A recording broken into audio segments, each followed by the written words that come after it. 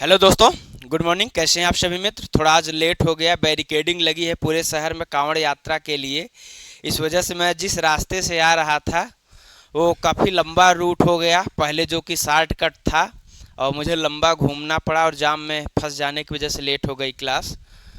अब लेट नहीं होगा तो आरके जी क्लास चलेगी। गरिमा सिंह या जो भी मित्र जुड़े हैं, नीता जी, सभी मित्रों को गुड मॉर्निंग, नमस्कार।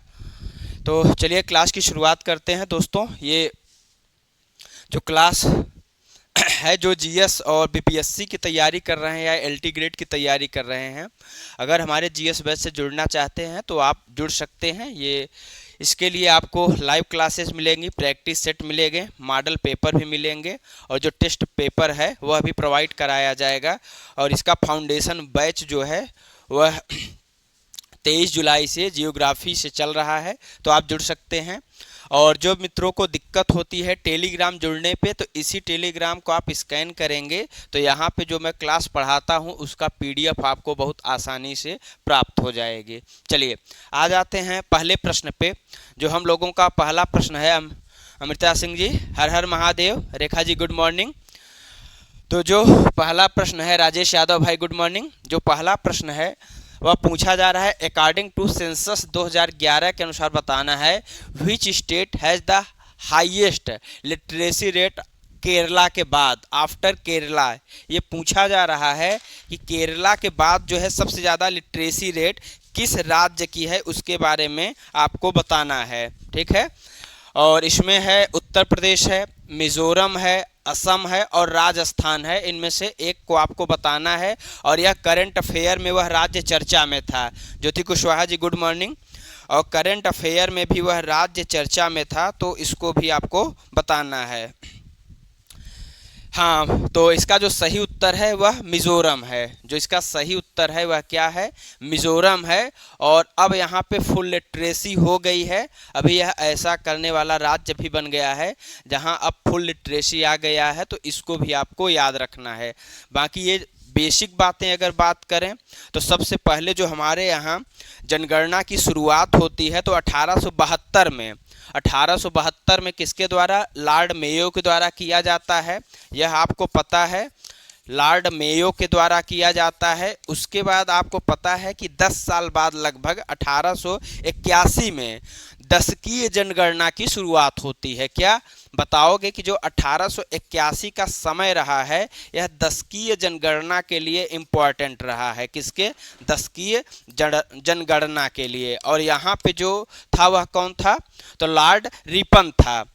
एक चीज में आप फंस सकते हो, तो ध्यान रखना, अगर पूछा जाए कि स्वतंत्र भारत की, क्या स्वतंत्र भारत की यह कौन सी 2011 की जनगणना है, और ओवरऑल अगर 1881 से ले लें तो आप क्या बताओगे? देखो दो प्रश्न है, एक प्रश्न है स्वतंत्र भारत की किस क्रम की है, और एक है पूरा ओवरऑल अभी तक यह कौन क्रम की है। तो यह आपको पता है कि यह 15वीं जनगणना 2011 वाली है ना, 15वीं ही है। लेकिन अगर सातवें बात किया जाए कि यह स्वतंत्र भारत की किस क्रम की है, तो आप बताओगे स्वतंत्र भारत की यह 7वीं जनगणना है। कौन सी है स्वतंत्र भारत की? 7वीं जनगणना है। सबसे कम साक्षरता दर, एक नया प्रश्न। अब जो 2011 की जनगणना है वहाँ पे आपसे कुछ नए टाइप के प्रश्न पूछ सकते हैं। जैसे पूछ सकता है कि जो साक्षरता दर में अंतर है महिला और पुरुषों के बीच, वह सबसे ज़्यादा किस स्टेट में है? तो आप बताओगे कि वह राजस्थान में है। सबसे ज़्यादा कहाँ पे महिला पुरुषों के बीच साक्षरता का अंतर है? राजस्थान का। सबसे कम साक्षरता कहाँ है? तब आप बताओगे बिहार में है। कहाँ है? बिहार में है। इसको आपको बताना है, ठीक है। सबसे ज़्यादा केंद्र शासित प्रदेश पूछा जाए कि जो साक्षर हो, सबसे ज़्यादा साक्षर केंद्र शासित प्रदेश, तब आप बताओगे लक्षद्वीप है। और सबसे कम केंद्र शासित प्रदेश पूछा जाए तब आप अंडमान बताओगे। तब आप क्या बताओगे? दादर नगर हवेली, सॉरी, तब आप बताओगे दादर नगर हवेली में सबसे कम साक्षरता है, और सबसे ज़्यादा साक्षरता लक्षद्वीप में है, जब आपसे केंद्र शासित प्रदेश के अंतर्गत प्रश्न पूछा जाएगा। चलिए दूसरा प्रश्न है, which of the following state of India is most likely to be hit by a cyclone? Bharat के निम्न राज्यों में से किसमें चक्रवात से प्रभावित होने की संभावना सबसे अधिक है? क्या वह हरियाणा में है, क्या वह मध्य प्रदेश में है, क्या वह आंध्र प्रदेश में है या उत्तराखंड में है? क्वेश्चन नंबर 2 का उत्तर करिए। हाँ, बिहार में कम है। तबस्सुम खान जी गुड मॉर्निंग।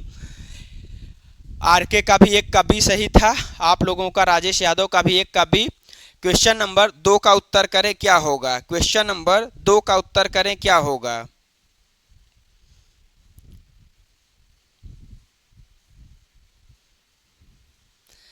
दो का डी। निम्न में से कौन सबसे ज्यादा प्रभावित होगा? तो डी कौन बता रहे हैं? रेखा जी। राजेश यादव जी भी 2 का डी, अनीता 2 का सी, अमृता 2002। यहाँ पे अब हम समझ लेते हैं। चलिए, अगर आपसे जब ये जो चक्रवात आते हैं,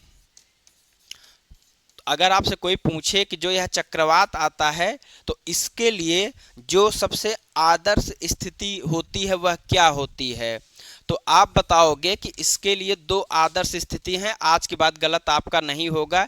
एक, आपके पास जलराशि होना चाहिए। क्या होना चाहिए?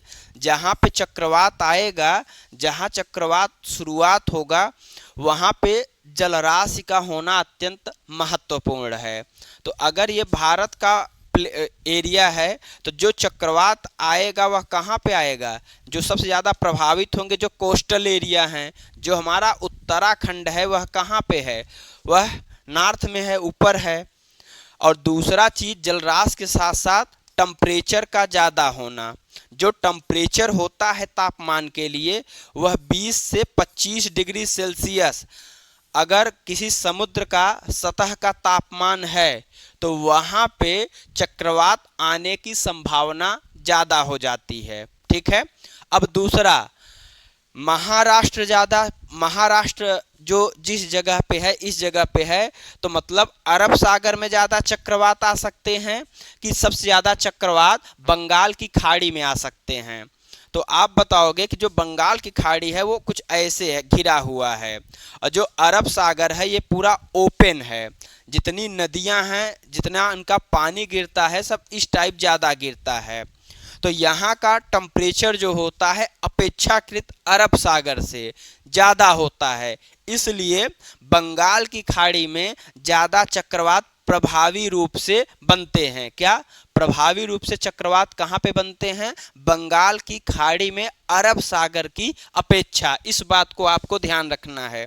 अगर मैं चक्रवात के बेसिक कंसेप्ट की बात करूं तो इसको 3 खंडों में आप समझ सकते हो कि जो चक्रवात है यह शुरुआत कैसे होती है। तो बताओगे गर्म एवं नम हवा का ऊपर उठने से। क्या? गर्म एवं नम हवा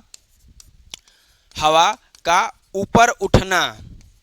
अगर यह ऊपर उठ रही है तो यहाँ से यह शुरुआत होना प्रारंभ हो जाती है। फिर आप बताओगे कि जब गर्म हवा ऊपर उठेगी तो नीचे कम दबाव का क्षेत्र बनेगा। तो आप बताओगे कि कम दबाव का क्षेत्र फिर बनेगा। ठीक है। जब यह कम दबाव का क्षेत्र बनेगा तो यहाँ पे जो हाई प्रेशर की हवाएं हैं, जो भारी हवाएं हैं, वो जल्दी से इसको क्या करने के लिए आएंगी? भरने के लिए आएंगी, और इससे एक क्या हो जाएगा? ट्रैप बन जाएगा। जो गर्म हवा है जल्दी से ऊपर उठ रही है, ठंडी हवा नीचे को भरने के लिए आ रही है, और ऐसे यह घूमना प्रारंभ कर देगा। तो यहाँ पे एक भूमिका कोरियोलिस बल की बन जाएगी। किसकी बन जाएगी? कोरियोलिस बल की बन जाएगी, जो इसको क्या करता है? घुमा देता है, और ऐसे ही फिर चक्रवात की शुरुआत हो जाती है। एक मोटा मोटा बताया हूँ, साइंस इसका क्या है। ठीक है। तो हवा का अंदर घूमना और उस दबाव जो क्षेत्र खाली है उसको भरने से फिर क्या हो जाता है? एक पूरा सिस्टम इसका तैयार हो जाता है। चलिए आते हैं अगले प्रश्न पे। Which article empower the president to suspended the right to move the any court for enforcement of fundamental rights while proclamation of national emergency is in operation. कौन सा अनुच्छेद राष्ट्रपति को राष्ट्रीय आपातकाल की घोषणा के दौरान मौलिक अधिकारों के प्रवर्तन के लिए किसी भी न्यायालय में जाने के अधिकार को निलंबित करता है? अनुच्छेद 352, अनुच्छेद 359, अनुच्छेद 356 या 360। जब आपातकाल की स्थिति बनेगी, जब आपातकाल की स्थिति बनेगी तो आपको बताना है कि वहां पे किस जब आपके आपातकाल के समय निश्चित है कि कुछ अधिकारों का उल्लंघन होगा, तो क्या ऐसे में कोई बात सुप्रीम कोर्ट, हाई कोर्ट पहुंच सकता है आपातकाल के दौरान कि हमारे अधिकारों को छीना जा रहा है, हनन हो रहा है? तो उसके बारे में यह आर्टिकल है जिसको आपको बताना है। हाँ अमृता जी, 352 जो है उसका संबंध किससे है? उसका संबंध राष्ट्रीय आपातकाल से है। तो आपातकाल तो लग चुका है, अब मूल अधिकारों पर आपातकाल का क्या प्रभाव पड़ता है, यह प्रश्न पूछा जा रहा है। तो ज्योति कुशवाहा 3 का सी, राजेश यादव डी, प्रदीप मौर्य ए, आरके जी डी। तो याद रखना इसके लिए जो आर्टिकल है वह 359 है। कौन सा है? 359 है। किसका सही है? ज्योति कुशवाहा का और अनीता का। तो जो इसका सही उत्तर है वह क्या है? अनुच्छेद 359। यहाँ आप बताओगे कि जो अनुच्छेद आर्टिकल 359 है, जो अनुच्छेद 359 है, यहाँ पे कहा गया है कि यदि आपातकाल के दौरान कुछ आपके मूल अधिकारों को कुछ समय के लिए सस्पेंड किया जा रहा है, तो फिर ऐसे कंडीशन में आप सुप्रीम कोर्ट या हाई कोर्ट में रिट नहीं डाल सकते हैं कि हमारे मूल अधिकारों का उल्लंघन हो रहा है।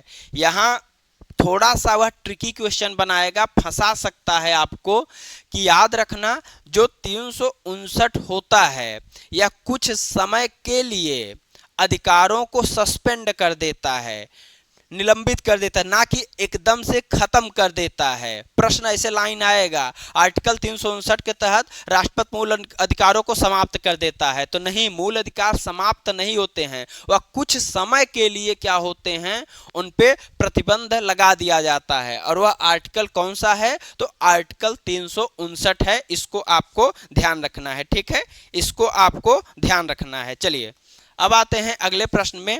मुख्यमंत्री गुरु शिष्य परंपरा योजना किस राज्य में शुरू की गई है? क्या वह तमिलनाडु है, क्या वह झारखंड है, क्या वह मध्य प्रदेश है, या वह बिहार है?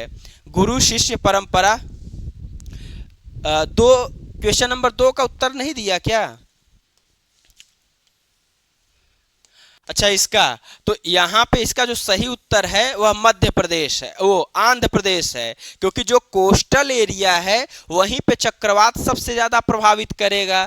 तो ना तो मध्य प्रदेश कोस्टल एरिया में है, ना तो हरियाणा है, और ना ही उत्तराखंड है, कोई भी नहीं है ना। तो सही उत्तर क्या होगा? आंध्र प्रदेश होगा। तो जो कोस्टल, जब चक्रवात कहाँ बनेगा? समुद्र में बनेगा, शुरुआत ही उसकी समुद्र में हो रही है। तो जब वह समुद्र से तट की ओर आएगा तो जो कोस्टल एरिया के राज्य होंगे वही सबसे ज्यादा प्रभावित होंगे ना। क्लियर हुआ? चलिए इसका उत्तर करिए। मुख्यमंत्री गुरु शिष्य परंपरा योजना, क्वेश्चन नंबर 4, क्वेश्चन नंबर 4 का सी, 4 का ए अनीता, राजेश भाई का 4 का सी। तो जो इसका सही उत्तर है वह क्या है? इसका जो सही उत्तर है वह बिहार है। क्वेश्चन नंबर 4 का सी, मुख्यमंत्री गुरु शिष्य परंपरा योजना जो है वह बिहार सरकार ने शुरू किया है। और इसका उद्देश्य क्या है? इसके माध्यम से वह क्या करते हैं कि जैसे एक बढ़ई वर्ग है, ठीक है, एक सुनार वर्ग है, तो इनके पास परंपरागत रूप से जो ज्ञान होता है उसको संरक्षित करने के लिए, उसको और बेहतर करने के लिए, उनके हुनर को निखारने के लिए यह योजना लाई गई है और उस परंपरा को आगे बढ़ाने के लिए। तो गुरु शिष्य परंपरा मतलब जो है इसको बनाए रखा जाए, तो जो हमारी परंपराएं हैं स्किल वाले यह ऐसे ही बनी रहे। बहुत सारे आते हैं ना जो लघु उद्योग होते हैं उनमें बहुत सारे हस्तशिल्प होते हैं, तो वह पीढ़ी दर पीढ़ी चलते रहते हैं। तो याद रखना इसका सही उत्तर बिहार होगा। किस देश ने जुलाई 2025 में पीएम मोदी को order of the most ancient Welwitschia mirabilis सम्मान से नवाजा है? एक चीज आप नोट किए होंगे कि मोदी जी जहां जा रहे हैं अवार्ड ही लेके आ रहे हैं, ऐसा है।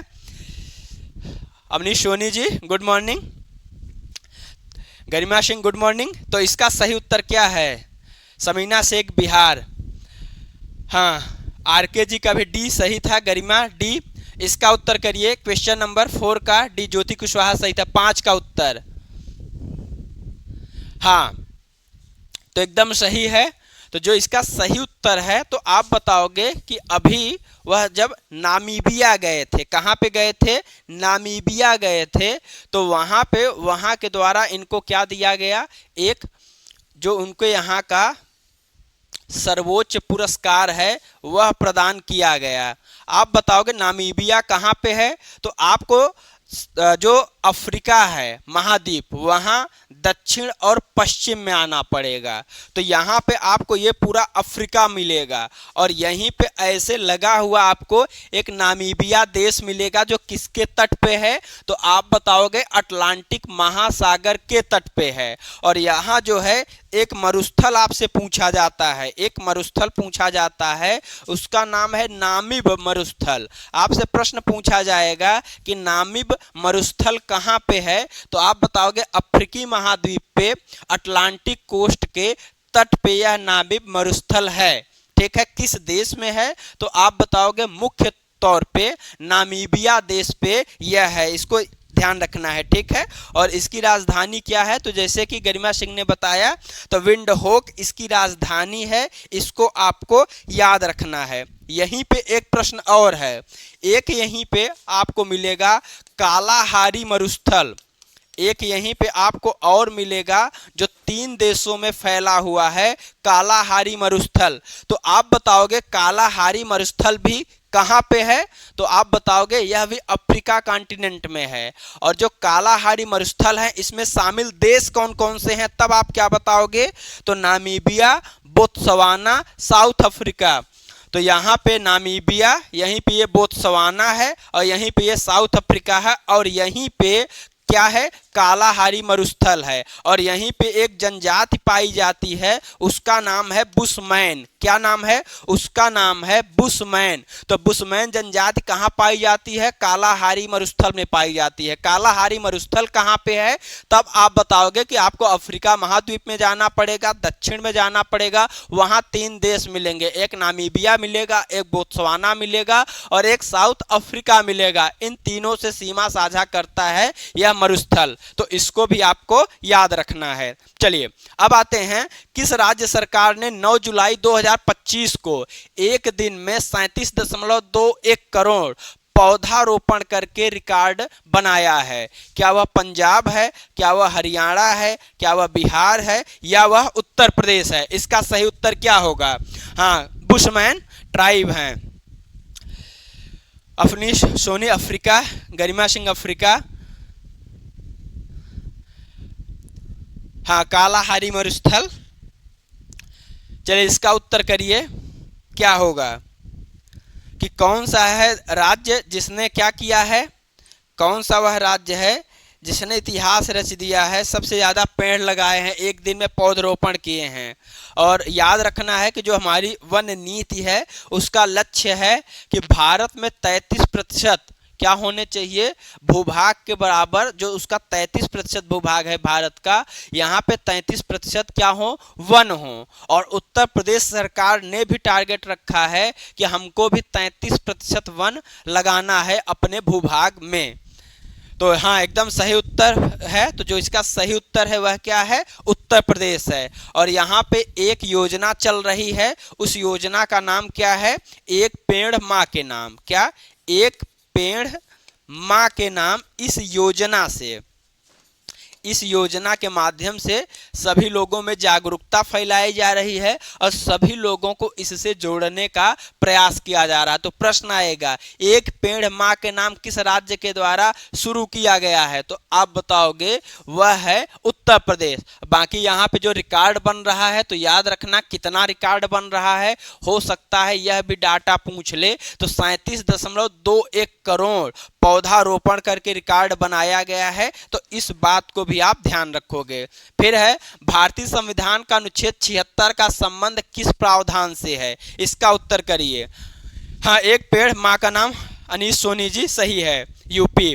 क्वेश्चन नंबर 6 का उत्तर सभी मित्रों को करना है और जो मित्र अभी तक लाइक ना किए हों प्लीज वीडियो लाइक जरूर कर देंगे, प्लीज आप वीडियो लाइक जरूर कर देंगे।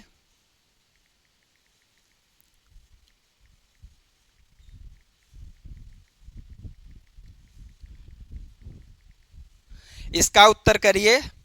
हाँ, ये डाटा टाइप अगर कर दे रहे हैं तो और याद हो जाता है। क्वेश्चन नंबर 7 का डी उत्तर आ गया है अनीता का। और मित्र,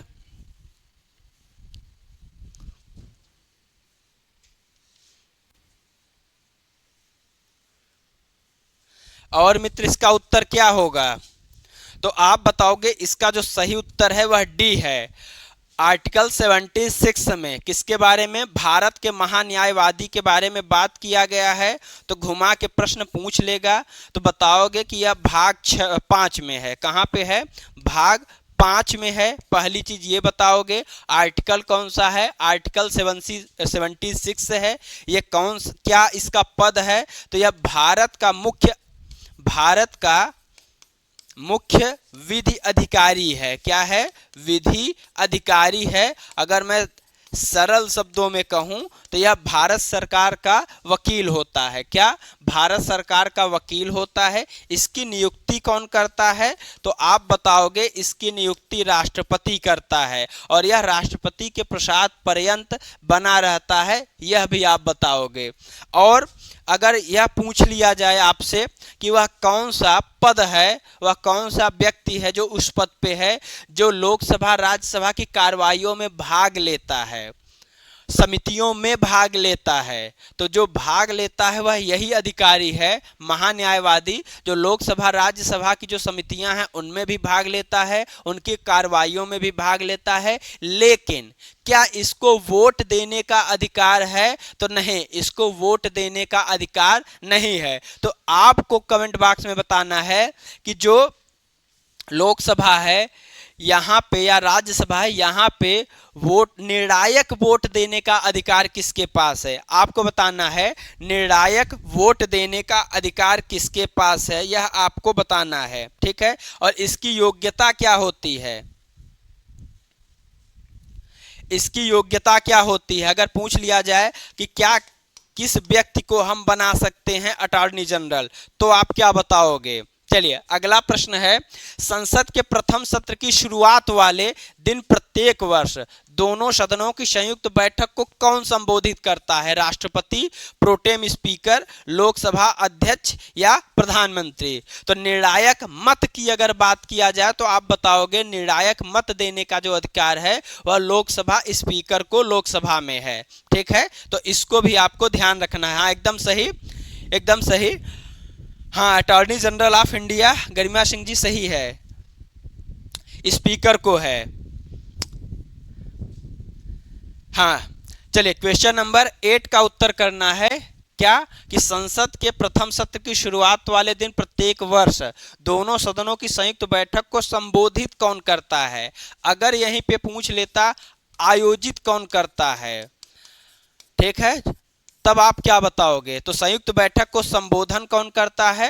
तो जो भारत का राष्ट्रपति होता है, और वह संबोधन में बोलता क्या है कि यार हम 1 साल का, अगर शुरुआत में बोल रहा है तो बताता है कि यार हम 1 साल का ये प्लान लेके चल रहे हैं और हम इसी दिशा में पूरे साल आगे बढ़ेंगे। और जब वह अंतिम में होता है बैठक तो वहां पे बताता है कि हमारी उपलब्धियां क्या क्या रही हैं। तो जो वह बोलता है तो वह बोलता कैसे है? तो जो मंत्रि परिषद होती है उसकी, जिसका प्रमुख, जिसका मुखिया प्रधानमंत्री होता है, तो मंत्रि परिषद की सलाह पर ही और उसकी सहायता से जो उसके सभी डेटा होते हैं, लक्ष्य होते हैं, उन्हीं को वह अपने अभिभाषण में संबोधित करता है। इसको भी आपको याद रखना है, ठीक है। संयुक्त अधिवेशन की अध्यक्षता, अगर प्रश्न पूछ लिया जाए, संयुक्त अधिवेशन की अध्यक्षता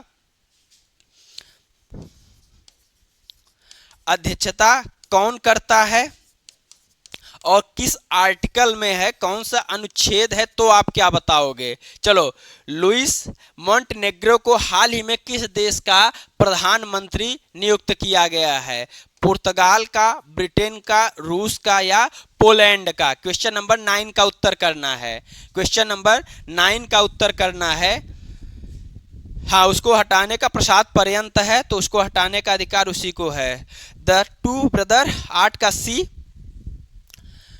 तो जो इसका सही उत्तर था 8 का, वह ए था, राष्ट्रपति है, ठीक है। हाँ आशा जी, आर्टिकल 108 तो याद रखोगे। संयुक्त अधिवेशन की जो अध्यक्षता है वह लोकसभा स्पीकर करता है, और जो आर्टिकल है वह 108 है। जो आर्टिकल है वह कौन सा है? 108 है। आपको बताना है लुइस मोंटेनेग्रो को हाल ही में किस देश का प्रधानमंत्री नियुक्त किया गया है? पुर्तगाल, ब्रिटेन, रूस या पोलैंड? पुर्तगाल। हाँ, तो आकाश तिवारी 9 का ए, अमृता सिंह पुर्तगाल 9 का ए, तो एकदम सही है। तो पुर्तगाल को चुना गया। पुर्तगाल है कहाँ पे? तो आप बताओगे कि जो आपका यूरोपीय महाद्वीप है वहाँ पे आपको पुर्तगाल ऐसे देखने को मिलेगा। भूमध्य सागर के उत्तरी छोर पे है, ये भूमध्य सागर है। यहीं पे आपको पुर्तगाल मिल जाएगा जिसकी राजधानी लिस्बन है। यहीं पे आपको स्पेन मिलेगा, इसी से रिलेटेड सटा हुआ आपको फ्रांस मिलेगा।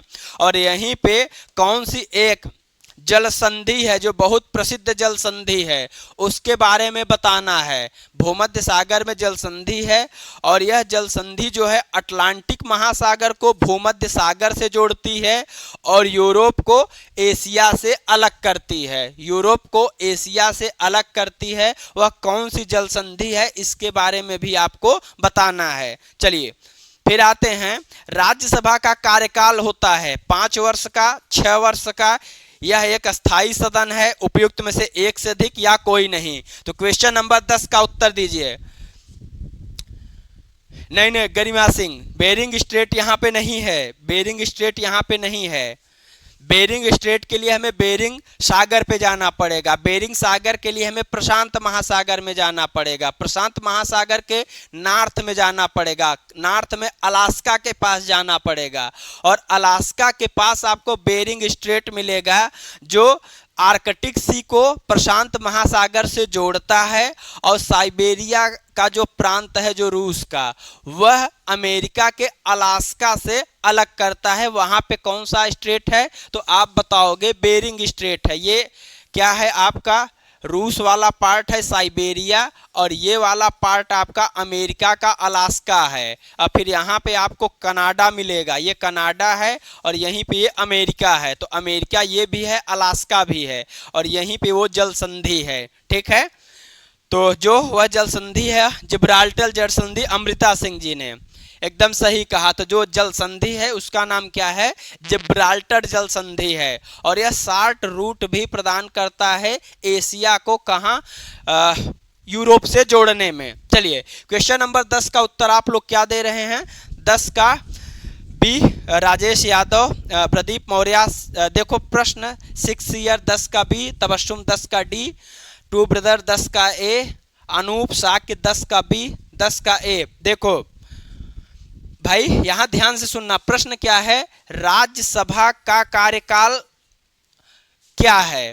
और दूसरा प्रश्न है एक, राज्यसभा के सांसदों का कार्यकाल क्या है? क्या? सांसदों का कार्यकाल क्या है?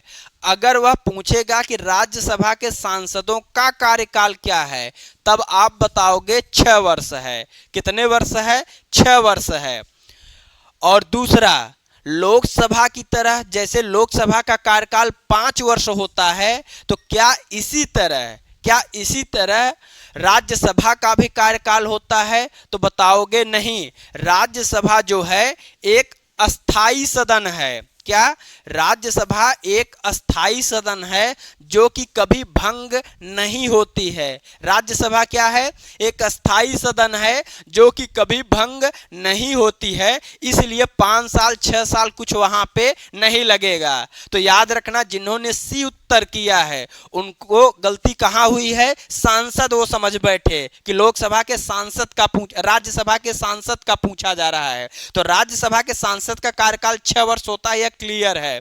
तो सी वाले जो गलती किए हैं, ये वाला बी वाला क्लियर हुआ। और जो ए में कंफ्यूज हैं, तो ए वाले याद रखो कि जो लोकसभा का कार्यकाल होता है वही सिर्फ 5 वर्षों का होता है। ठीक है, तो जो इसका सही उत्तर है वह सी होगा। डाउट क्लियर हुआ?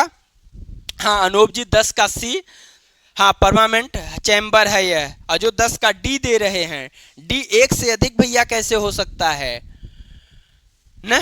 डी तो नहीं हो सकता है ना अनीता जी, अधिकतर लोग डी भी दिए हैं, या तो बी या तो डी। एक से अधिक भाई कार्यकाल एक ही होगा ना, कि बदलता घटता रहेगा, तो एक से अधिक कैसे हो सकता है? वो तो संभव ही नहीं है ना।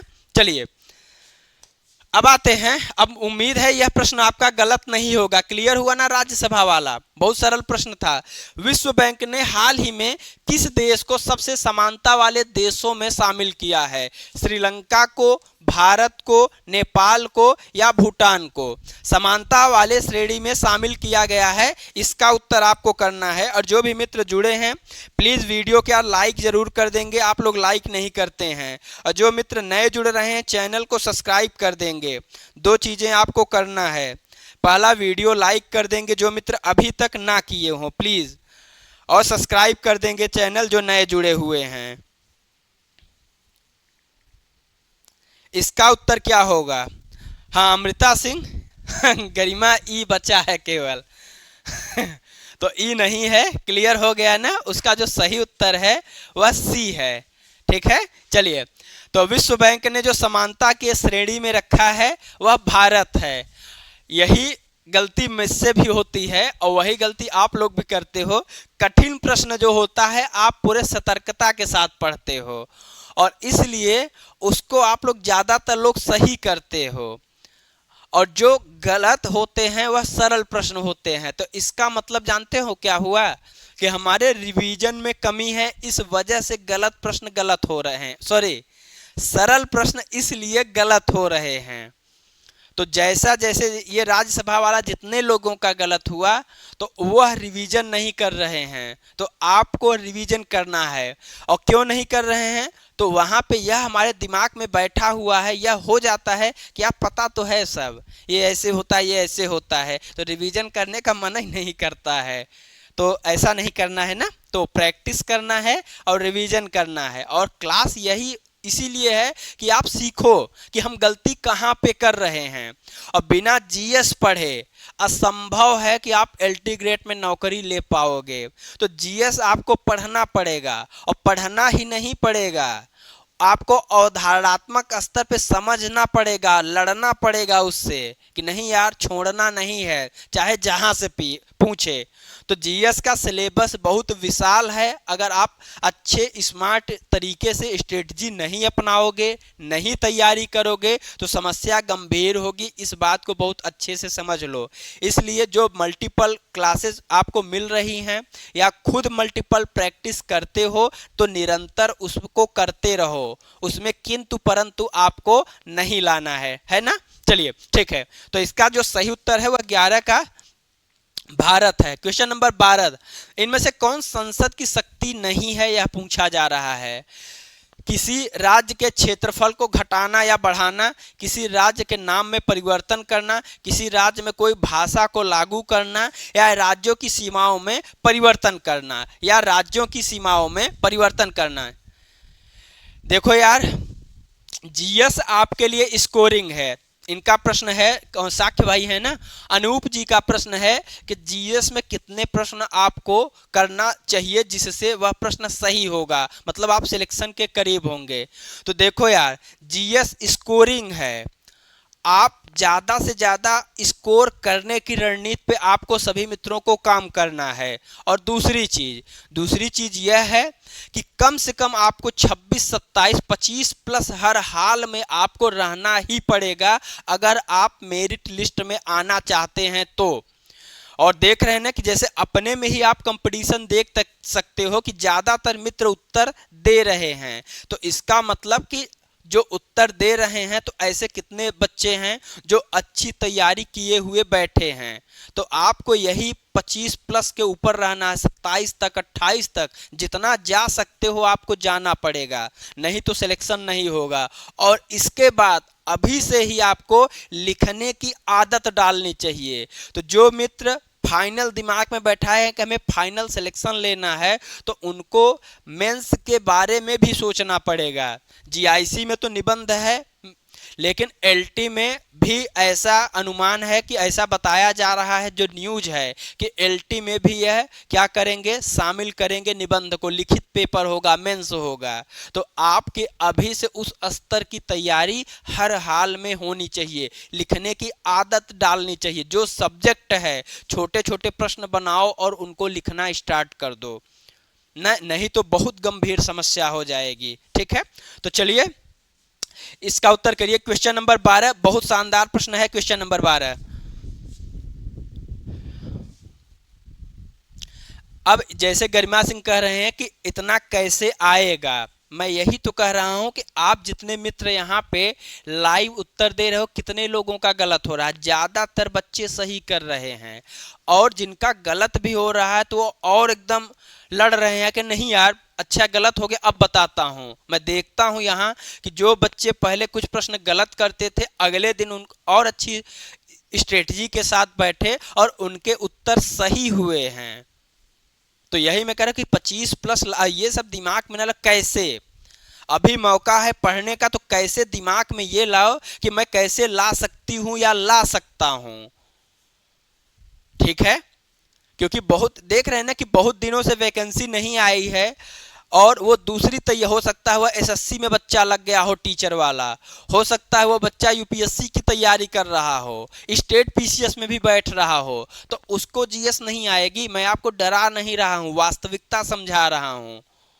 तो समय है, आपको भी वह लेवल रखना पड़ेगा, उस लेवल पे खेलना पड़ेगा। तो डरना नहीं है, बस अपने आप पे भरोसा रखना है, अपने नोट्स पे भरोसा रखना है, जहाँ पे आप जुड़े हो, जो गुरुजन आपके कह रहे हैं उनका कहना मानना है, और जो स्मार्ट तरीका आप अपना सकते हो उसको आपको अपनाना है। ठीक है, क्वेश्चन नंबर 12 की अगर बात करूं तो इसका सही उत्तर आप लोग क्या दे रहे हो?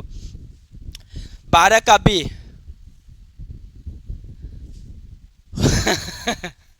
अमृता यार बोले कि क्या कहते हैं, मैं यहाँ बात किया तो बोला गया कि सर कुछ ऐड आएंगे। मैंने उनसे कहा कि कुछ बच्चों में कुछ ज़्यादा ऐड आ जाते हैं, कुछ में नहीं आते हैं। तो कहन ठीक है, मैं वहाँ पे संपर्क कर लूँगा। क्या है, कहन कुछ तो ऐड आएंगे ना सर। मैं कहा चलिए ठीक है। ठीक है अमृता, तो हो सकता है क्वेश्चन शुरू होते ही ऐड आने लगते हो। तो इसका उत्तर 2 ब्रदर 12 का बी।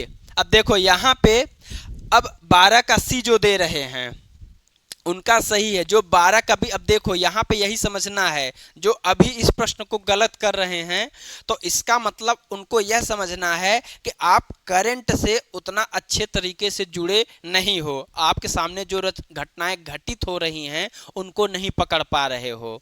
यहाँ पे लिखा है जो सी है कि किसी राज्य में कोई भाषा लागू करना यह किसका काम नहीं है, वह संसद की शक्ति नहीं है। तो जो महाराष्ट्र में बवाल हो रहा है अभी, जो तमिलनाडु में बवाल हो रहा है, तो यही तो हो रहा है कि हम हिंदी को स्वीकार नहीं करेंगे। तो संसद जबरदस्ती हिंदी के लिए फिर कोई कानून बना सकती है? नहीं बना सकती है ना, यही तो बवाल चल रहा है। तो क्या यह सी नहीं सही होगा? यहाँ इस प्रश्न से आपको यही समझना है कि जब आप न्यूज़पेपर पढ़ते हो, करंट अफेयर पढ़ते हो, तो कितनी सतर्कता के साथ पढ़ते हो, और कैसे एग्जामिनर जो है आपका इसी करंट इशू से स्टैटिक जीके के प्रश्न बना देता है। उसका सबसे शानदार यह प्रश्न है। हाँ, ऐसा नहीं था कि ये बहुत कठिन प्रश्न था, लेकिन अगर आप सतर्कता के साथ जीएस पढ़ते हैं तब आपका सिलेक्शन सही माने में होगा। तो जीएस के लिए सतर्कता अत्यंत आवश्यकता है इसकी, और इसको आपको हर हाल में बनाए रखना पड़ेगा, तभी आपकी जीएस में पकड़ बनेगी। और जो मित्र कहते हैं ना डर लगता है कैसे खत्म होगा, तो आपको जीएस में सब नहीं पढ़ना होता है, पढ़ना वही होता है जो चर्चा में मुद्दे होते हैं, और उसके लिए आपको सतर्कता बनाए रखनी पड़ेगी। अपनी आंख नाक कान गला सब खोलना होगा कि हमारे समाज में, देश में, राष्ट्र में क्या घटनाएं घटित हो रही हैं। ठीक है, चलिए, तो इसका जो सही उत्तर है वह 12 का सी है। अब आते हैं क्वेश्चन नंबर 13। रेफ्रिजरेटर में सामान्यतः प्रयुक्त किया जाने वाला शीतलक कूलेंट क्या होता है? क्या वह अमोनिया है, क्या वह नाइट्रोजन है, क्या वह फ्रेयान है, क्या वह ऑक्सीजन है? क्वेश्चन नंबर 13 का उत्तर करना है। क्वेश्चन नंबर, हाँ, पहला आंध्र प्रदेश था और सबसे अंतिम भी आंध्र प्रदेश ही बना, तेलंगाना। ठीक है, तेलुगु भाषम। जी एकदम सही। अब देख रहे हैं कितना, देखिए अब जैसे गरिमा सिंह हैं, आप एक साथ ये कितना उत्तर देती हैं। यहाँ आपको सीखना है कि लेवल क्या रख रहे हैं बच्चे। गरिमा सिंह से एक प्रश्न पूछा जाता है, या जैसे इसमें अमृता भी है, वह भी ऐसे बच्चे हैं और जो एक साथ आपको कई उत्तर देते हैं, तो मतलब उनका लेवल देख रहे हैं, तो आपको वह लेवल लेके आना पड़ेगा। ऐसे बहुत सारे स्मार्ट बच्चे हैं, और जो अभी तक नहीं लाए हैं उसका रीजन सिर्फ यही है कि उतनी सतर्कता नहीं कर रहे हैं, उतना हार्ड वर्क नहीं कर रहे हैं, कंफ्यूजन में है होगा कि नहीं होगा। अरे जब होगा तब होगा, अभी आपका क्या होगा वो देखो। चलो, क्वेश्चन नंबर, रेफ्रिजरेटर में सामान्यतः प्रयुक्त किया जाने वाला शीतलक क्या है? अमोनिया, नाइट्रोजन, फ्रेयान या ऑक्सीजन? इसका सही उत्तर क्या होगा? अमृता जी के होशियार लोगों को होशियार बनाने ये बहुत सही लाइन, ये पंच लाइन थे। और जो मित्र नए जुड़े हैं तो आप लोगों को होशियार बनना है, और प्लीज वीडियो लाइक कर देंगे। जो मित्र नए जुड़े हैं लाइक नहीं किए हैं, इसका जो सही उत्तर है वह फ्रेयान है। क्या है? जो इसका सही उत्तर है वह फ्रेयान है। जो कूलेंट के लिए, जो कूलिंग यंत्र होते हैं हमारे, वहाँ पे इनका उपयोग किया जाता है। जैसे एसी हुआ, फ्रिज हुआ, वहाँ पे फ्रेयान को हम उपयोग करते हैं। और यह जो है, जो यह तत्व है, यह बहुत ज़्यादा नुकसान पहुंचाता है। किसको? तो हमारे ओजोन परत को। किसको? ओजोन परत को। तो अब फ्रेयान का उपयोग बहुत कम कर दिया गया है। आपको बताना है ओजोन परत के संरक्षण के लिए कौन सा प्रोटोकॉल है और यह कब लाया गया था, इसको आपको बताना है। वह कौन सा प्रोटोकॉल है जो ओजोन परत के संरक्षण से संबंधित है और इसको कब लाया गया था। उद्देश्य क्लियर हुआ कि क्यों लाया गया होगा। तो जो क्लोरोफ्लोरो कार्बन है, हेक्सा क्लोरोफ्लोरोकार्बन है, सीएफसी एचएफसी नाम सुनते हैं ना, मीथेन नाम सुनते हैं, फ्रेयान नाम सुनते हैं, तो इनको रोकने के लिए यह समझौता किया गया था। तो आप बताओगे इसके लिए है मॉन्ट्रियल प्रोटोकॉल। क्या है? मॉन्ट्रियल प्रोटोकॉल है, जिसका संबंध किससे है? ओजोन परत के क्षरण को रोकने हेतु। ठीक है, चलिए अब आते हैं अगले प्रश्न पे। क्वेश्चन नंबर 14 का उत्तर करिए।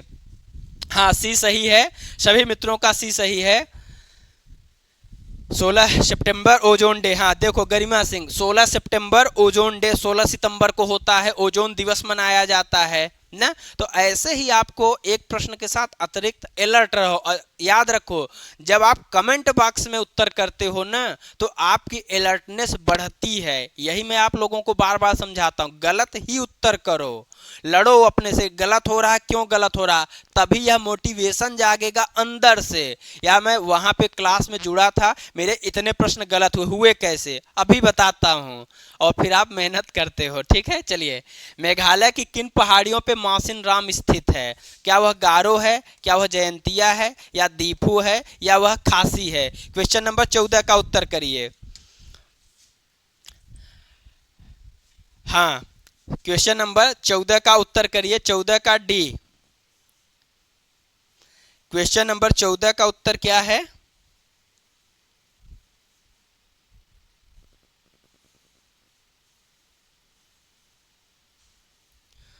हाँ, तो 14 का डी, वंदू डी, गरिमा 14 का D.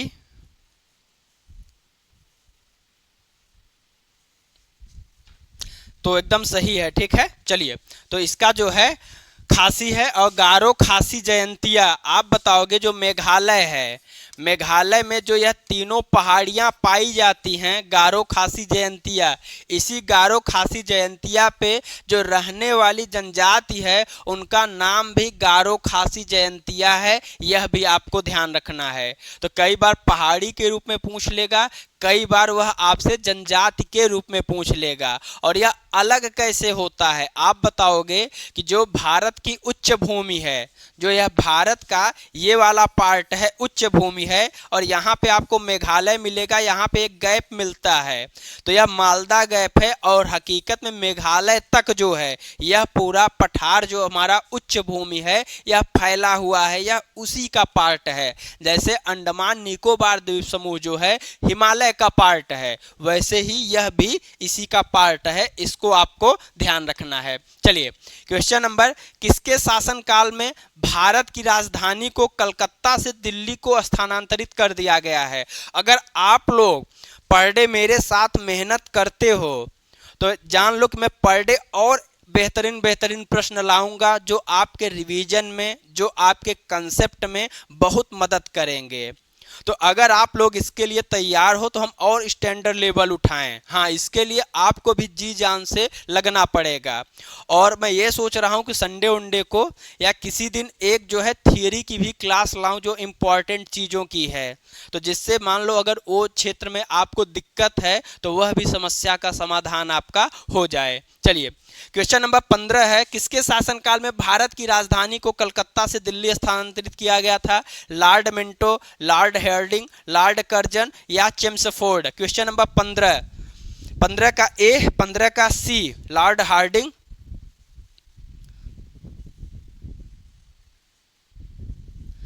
Thank you Poonam ji, खुशी हुई मुझे।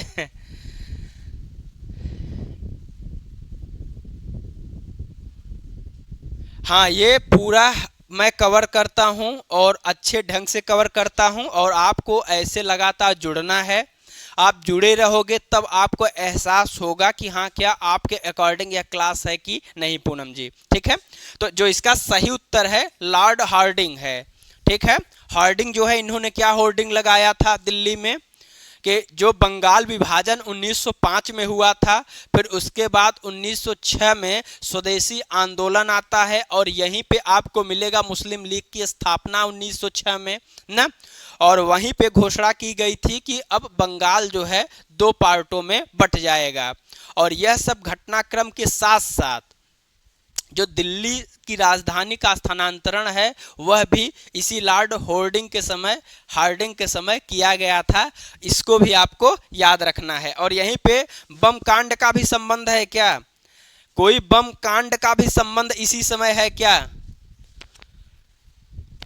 हाँ, किंग राजा पंचम जो थे दिल्ली दरबार में यह आए थे, और यहीं पे बम कांड का भी संबंध है क्या? हिंट दे रहा हूं। मध्य प्रदेश में गांवों को आत्मनिर्भर बनाने के लिए कौन सी योजना शुरू की गई? तो कुछ अदर स्टेट की जो चर्चित योजनाएं होती हैं, बढ़िया योजनाएं होती हैं, वह भी हमारे करंट अफेयर का हिस्सा हो जाती है ना। तो यहाँ पे यह योजना चर्चित है, तो बताना है मुख्यमंत्री ग्रामीण सशक्तिकरण योजना, दूसरा है आत्मनिर्भर भारत ग्राम योजना, मुख्यमंत्री वृंदावन ग्राम योजना, या ग्रामीण विकास अभियान। तो यह बहुत ज्यादा चर्चा में है यूपी की, इसको आपको बताना है। इसको आपको बताना है कि इसका सही उत्तर क्या है। कंफ्यूज मत होइएगा, कंफ्यूज मत होइएगा, इसका सही उत्तर क्या है।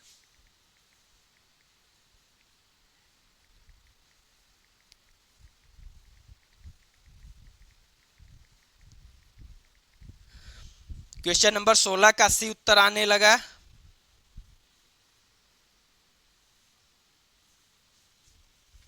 पूनम जी उसका 1911 है। 1911 में लॉर्ड हार्डिंग ने 1911 में यह हुआ था और यहाँ पे घोषणा की गई थी 1911 में। अब 12 में राजधानी को ट्रांसफर कर दिया जाता है और यह 12 वही समय है जहाँ पे बिहार और बंगाल से एकदम स्पष्ट रूप से अलग होते हैं। तो यह भी आपको ध्यान रखना है बीपीएससी के दृष्टिकोण से, ठीक है। बीपीएससी के दृष्टिकोण से बंगाल बिहार वाला एकदम क्लियर रखोगे और दिल्ली दरबार में ही जैसे नाम ही है तो स्थानांतरित किया गया था, तो वह डेट 1911 है। चलिए, तो इसका जो सही उत्तर है वह है मुख्यमंत्री वृंदावन ग्राम योजना के तहत इनको सशक्त किया जाएगा। तो जिसका सही उत्तर है वह सी है। फिर है ग्रीन बैंकिंग का क्या अर्थ है? क्वेश्चन नंबर 17, ग्रीन बैंकिंग का क्या अर्थ है? हाँ, वही चीज है कि 1911 में बंगाल जो विभाजन है उसको भी कैंसिल किया गया, दिल्ली को राजधानी के रूप में स्वीकार किया गया, बंगाल से बिहार को अलग किया गया। तो कई अब राजा महाराजा आएंगे तो कुछ बड़ा तो करके जाएंगे ना, तो ये उसी से रिलेटेड है, इस डेट को याद रखना है।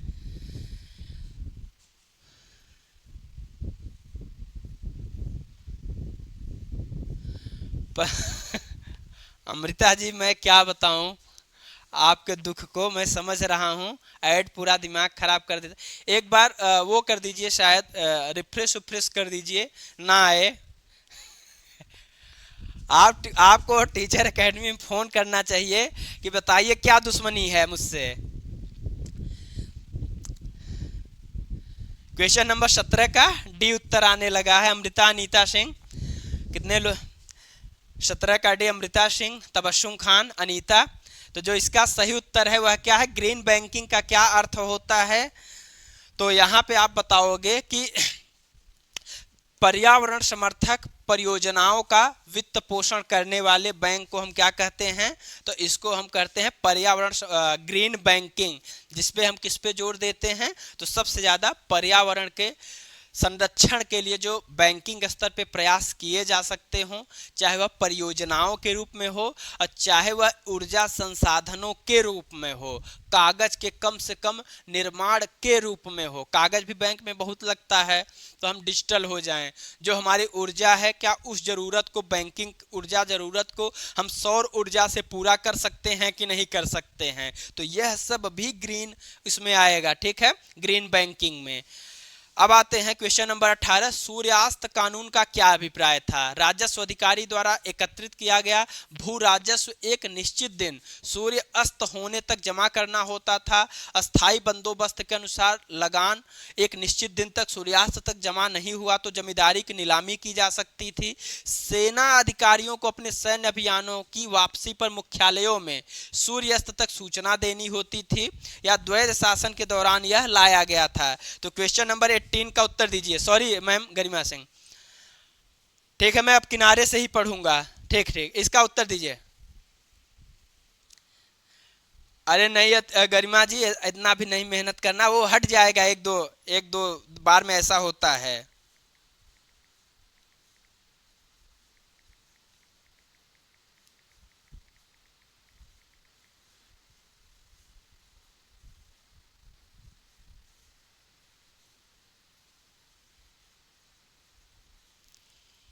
तो बी उत्तर आपके आने लगे हैं। तो अस्थाई बंदोबस्त के अनुसार अगर जो लगान है एक निश्चित दिन तक, जो डेट दे दी गई है सूर्यास्त तक जमा नहीं हुआ तो जमींदारों की जो जमींदारी थी वह नीलाम कर दी जाती थी। और इसको ले कौन आया था?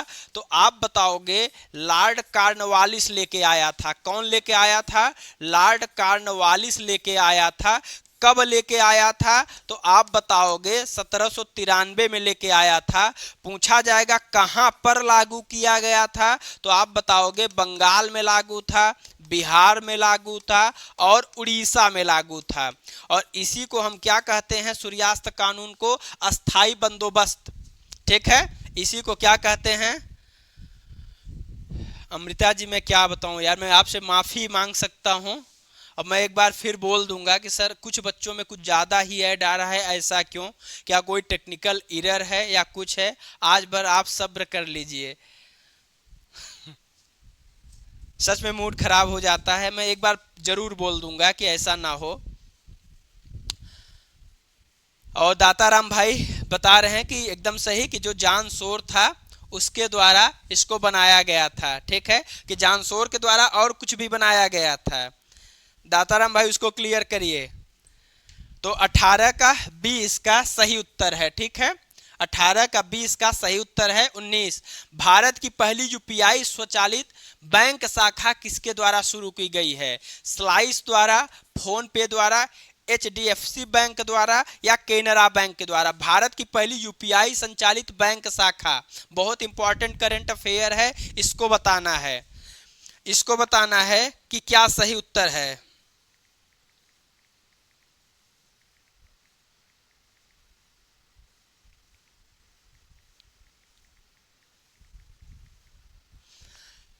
भारत की पहली यूपीआई स्वचालित जो यूपीआई संचालित बैंक शाखा है, यह किसके द्वारा शुरू किया गया था? कौन सा बैंक है? हस्तक्षेप की नीति किसने लाया था?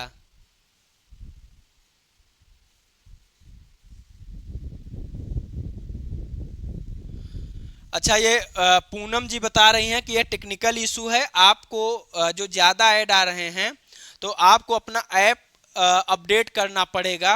तो सच बात है, हो सकता है अपडेट करने पे वह समस्या का समाधान हो जाए। तो जो इसका सही उत्तर है क्वेश्चन नंबर 9 का, आप लोग सी दे रहे हैं, सी दे रहे हैं।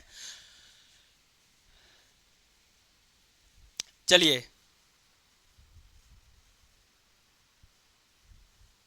तो जो इसका सही उत्तर है नया बैंकिंग प्रणाली है वो स्लाइस है। कौन सा है? स्लाइस। तो भारत की पहली यूपीआई संचालित बैंक शाखा किसके द्वारा शुरू की गई है? तो वह स्लाइस जो है उसके द्वारा ऐसा किया जा रहा है। तो इसको आपको ध्यान रखना है। फिर है मदद ए मास मुगल प्रशासन में किससे संबंधित था? चुंगी कर से संबंधित था, विद्वानों को दी जाने वाली राजस्व भूमि से संबंधित था, सैन्य अधिकारी को दी जाने वाली पेंशन से संबंधित था, उपयुक्त में से एक से अधिक या कोई नहीं? क्वेश्चन नंबर 20 का उत्तर करना है। कोई बात नहीं ज्योति जी, परेशान नहीं होना है, हो जाएगा। क्वेश्चन नंबर 20 का अब उत्तर करना है। हाँ दाताराम भाई एकदम सही। अब ये कुछ इशू आ रहा है, कुछ बच्चों में ऐड आ रहा है, कुछ में कुछ ज्यादा ही ऐड आ रहा है, कुछ में नहीं आ रहा है। ये समझ मैं खुद नहीं पा रहा हूँ। अमृता जी अगर आप जुड़े हो अभी तो प्लीज अपना ऐप आप वो कर देना। मोनिका जी 20 का सी, 20 का बी, 20 का बी। तो मदद ए मास मुगल प्रशासन में अकबर के समय यह लाया गया था विद्वानों द्वारा। जो विद्वानों को दी जाने वाली राजस्व भूमि थी उसको क्या कहा जाता है? मदद ए मास कहा जाता है। और मदद ए मास जो तंगी से जूझ रहे हैं या जो योग्य व्यक्ति हैं उनको यह मुगल प्रशासन के द्वारा प्रदान किया जाता था। आपको बताना है इक्ता प्रथा की शुरुआत किसने किया था? और इक्ता प्रथा को जो लागू किया गया था उसमें जो वेतन मिलता था या जो उनको पैसा प्राप्त होता था वह किस रूप में मिलता था? जमीन के रूप में मिलता था कि कुछ मुद्राएं उनको प्रदान की जाती थी? इक्ता व्यवस्था के बारे में बताना है। ठीक है, अब मैं सोच रहा हूं 4-5 प्रश्न और जीके जीएस के ऐसे आपको बोलता जाऊं और रिवीजन करते जाओ। अकबर का अंतिम विजय अभियान कौन सा था? सिंध था, गुजरात था, असीरगढ़ था, इनमें से एक से अधिक या कोई नहीं? इनमें से एक से अधिक या कोई नहीं, क्या सही होगा? मदद ए मास बी सही है। हाँ अकबर ने किया था, एकदम सही मैम। अनीता जी अकबर के द्वारा किया गया था, एकदम सही है।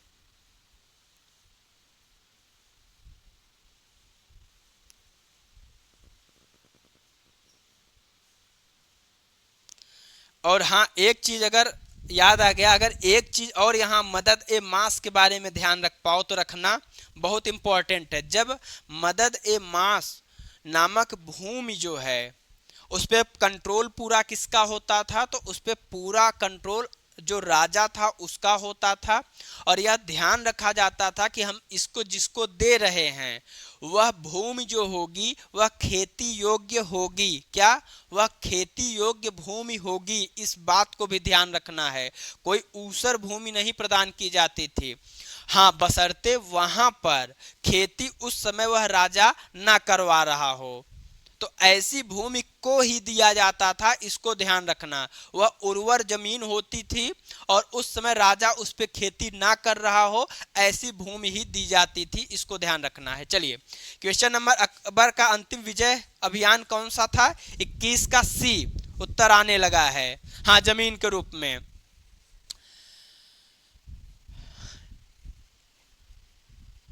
तो जो इसका सही उत्तर है वह क्या है? असीरगढ़ अकबर का अंतिम अभियान था। इसको आपको याद रखना था, और यह विजित भी हुआ था।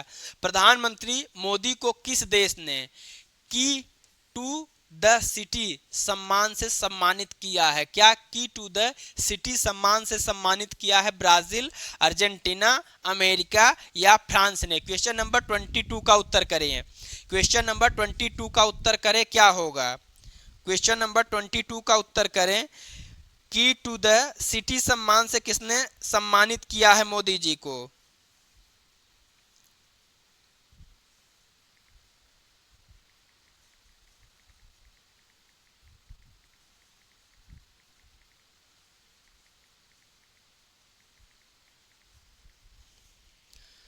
प्रदीप मौर्य ए, गरिमा सिंह डी, 22 के तबस्सुम ए, अनीता 22 का ए, 22 का ए आर के, 22 सब ए एक तरफ से दे रहे हैं।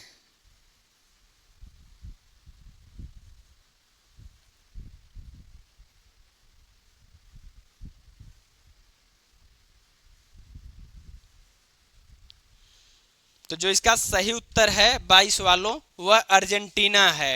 क्या है? अर्जेंटीना। अभी गए थे मोदी ने, तो अर्जेंटीना में वहां उनको की टू द सिटी सम्मान से सम्मानित किया गया है। कौन से सम्मान से? की टू, क्या है यार की टू द सिटी सम्मान से सम्मानित किया गया है अर्जेंटीना। और इक्ता प्रथा में जो गलत कर रहे हैं, याद रखना, इक्ता प्रथा इल्तुतमिश के द्वारा लाया गया था। इसमें राजस्व वसूली के साथ साथ जो सैन्य गतिविधियां हैं उसको भी, प्रशासन से संबंधित चीजों को निभाने की जिम्मेदारी इक्तादार की होती थी। और जो इक्ता में कंफ्यूज हुए हैं, जो उन्होंने मुगल प्रशासन को बताया है, वह मनसबदारी व्यवस्था से कंफ्यूज हो गए। तो मनसबदारी व्यवस्था मुगल काल की है और इक्ता व्यवस्था सल्तनत काल की है। सल्तनत काल में गुलाम वंश इल्तुतमिश की है। तो इसको आपको ध्यान रखना है। और ये पश्चिमी एशिया से इस चीज को लेके आए थे। फिर बताना है, विजयनगर राजवंश के किस शासक ने अपना राजदूत चीन के सम्राट के पास भेजा था? सलू नरसिंहा, कृष्णदेव राय, बुक्का प्रथम या हरिहर प्रथम? क्वेश्चन नंबर 23 का उत्तर करना है। क्वेश्चन नंबर 23 का उत्तर करना है। इक्ता वाला भी क्लियर कर लेना। हाँ, तो इसका जो सही उत्तर है की टू द सिटी। अगर आप, हाँ, जैसे गरिमा सिंह है या जो है, अगर आप लिख देते हो, अगर टाइपिंग में इशू नहीं है, स्पीड है टाइपिंग, तो अगर जो प्रश्न गलत हैं वहीं पे लिख देते हो, एक बार लिखने से वो आपके दिमाग में बैठ जाता है। ठीक है, क्वेश्चन नंबर 23 का उत्तर क्या होगा?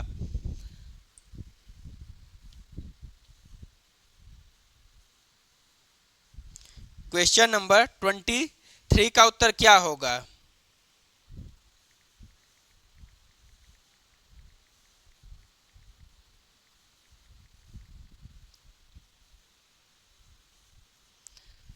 तेईस का बी, बी उत्तर आने लगे हैं।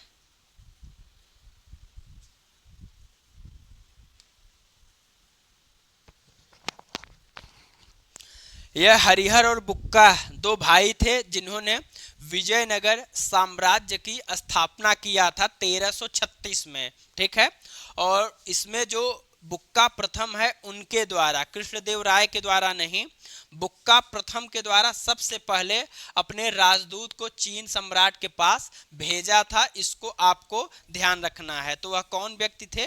बुक्का प्रथम थे। चलिए, अब आते हैं निम्नलिखित में से कौन सा विजयनगर के शासक राजवंशों का सही कालानुक्रम है, इसको बताना है। जिसका सही कालानुक्रम है बताना है। 23 का सी दीपमाला, 23 का सी दीपमाला का सही है। और लक्ष्मण जी का भी 23 का सी है, लक्ष्मण जी का भी 23 का सी है। अनूप 23 का सी। तो याद रखना, हाँ बुक्का फर्स्ट है, संगम राजवंश का है। हरिहर और बुक्का दो भाई थे, इन लोगों ने मिलकर क्या किया था, संगम राजवंश की अपने पिताजी के नाम पे इसका नींव डाला था।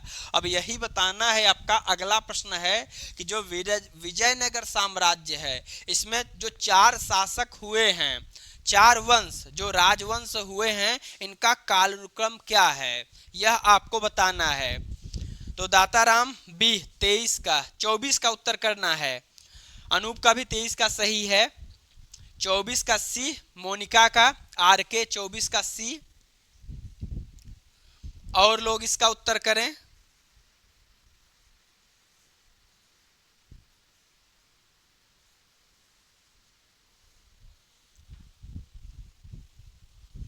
तो इसको जैकी श्रॉफ की एक लाइन है ना, अरे वीडू क्या कर रहा है, ऐसा कुछ पूछता है ना, तब उससे बोला गया कि ये संगम का सत्तू है वीडू। तो बोला तब तो कोई बात नहीं, सब ठीक है। तो याद रखना, सबसे पहले इसमें आएगा संगम आएगा, फिर उसके बाद सत्तू आएगा। सुलू वंश से सुलू है, त से तुलू है, फिर वीडू है, जैकी श्रॉफ। तो संगम, सत्तू और वीडू, यह सही क्रम है इसका। तो जो विजयनगर साम्राज्य में सबसे पहले स्थापना होता है तो संगम वंश आएगा, ठीक है।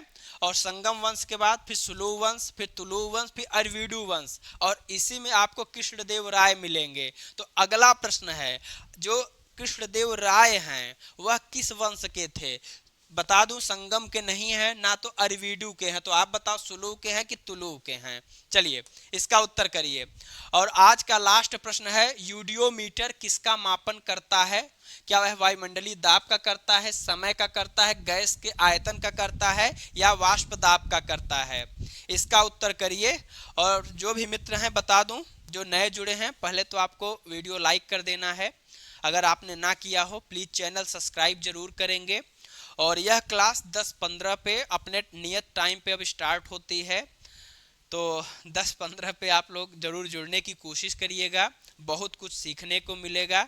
यहाँ पे हम एलटी के साथ साथ जो आपके निबंध खंड हैं वहाँ की तैयारी कैसे आप कर सकते हो, निबंध के लिए आपको क्या योजनाएं बनानी चाहिए, कैसे करंट अफेयर का उसमें यूज करोगे, तो यह सब भी जैसे करंट शामिल होंगे उनको भी इसमें मैं लाऊंगा, ठीक है। और लगभग मेरा टारगेट है कि इन 25 प्रश्नों से आपका लगभग 100 प्रश्न एक दिन में क्लियर करवाया जाए। तो जितने भी मित्र जुड़े थे, आपको वीडियो कैसे लगा इसके बारे में ज़रूर बताइएगा। और सभी को हृदय से आभार, धन्यवाद। खूब मन लगा के पढ़िए, अपने माँ बाप के और अपने सपनों को पूरा करिए और उसको जिए।